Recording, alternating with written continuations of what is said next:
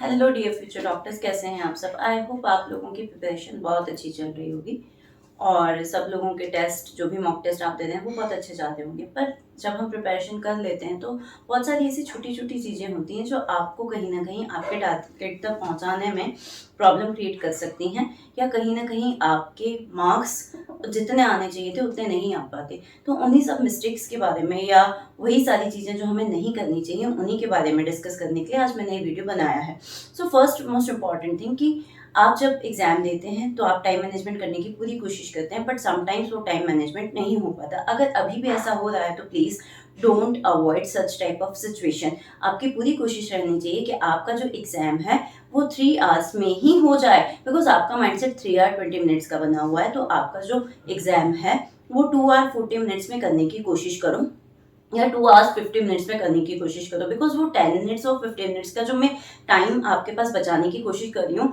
वो इसलिए because sometimes हम कुछ क्वेश्चंस ऐसे छोड़ देते हैं जिन्हें हम चाहते हैं कि बाद में देखेंगे, बट हम नहीं देख पाते। तो आपकी कोशिश ऐसी रहनी चाहिए कि अगर आपका 3 आवर्स से ज़्यादा लग रहा है तो उसे 3 आवर्स करें, और 3 आवर्स में हो पा रहा है तो कोशिश करें कि 2 आवर्स 50 मिनट्स में या 45 मिनट्स में हो जाए। First important thing. Second important thing, आप जब भी एग्जाम देने जा रहे हैं तो एग्जाम देने के बाद कोशिश करें एटलीस्ट 1 आवर का आपको टेस्ट एनालिसिस करना है। It is very very very very much important, because अगर आप टेस्ट एनालिसिस करेंगे तो ही आप अपनी कमियों को पता लगा पाएंगे कि क्या टाइम मैनेजमेंट का इशू हुआ था, या फिर आपका किसी पर्टिकुलर टॉपिक का जो कंसेप्ट है वो क्लियर नहीं है, या वो चैप्टर आपको अच्छे से लर्न नहीं है।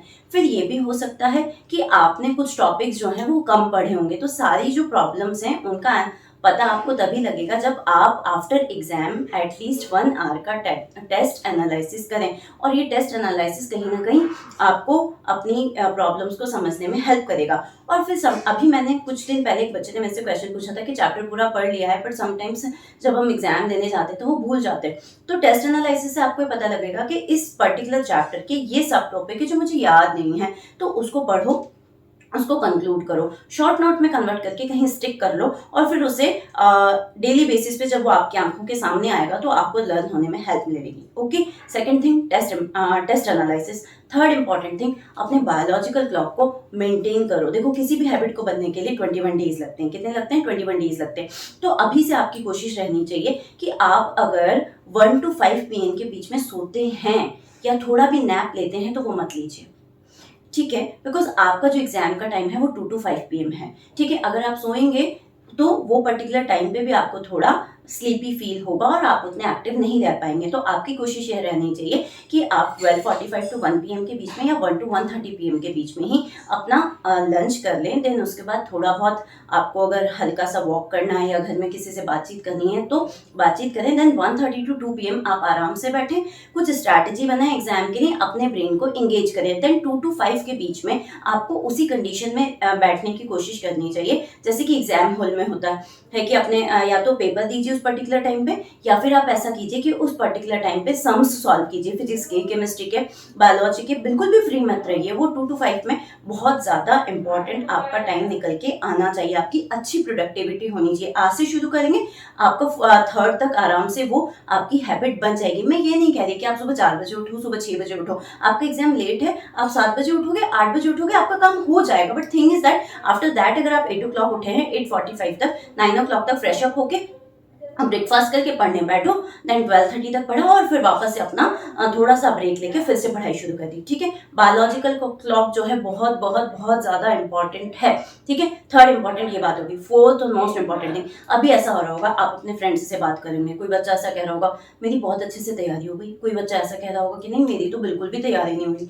ठीक है, तो आप जो बहुत अच्छे से तैयारी हो गई हमें नहीं पता, वो तो एग्जाम ही बताएगा। जिसकी बिल्कुल भी तैयारी नहीं हुई, क्या पता वो ऐसे ही बोल रहा हो। तो आप, या फिर कुछ फैमिली मेंबर्स से या कुछ रिलेटिव से, वो आपसे से पूछूंगा बेटा क्या हुआ, अच्छे से तैयारी चल रही है, इस बार सिलेक्शन हो जाएगा?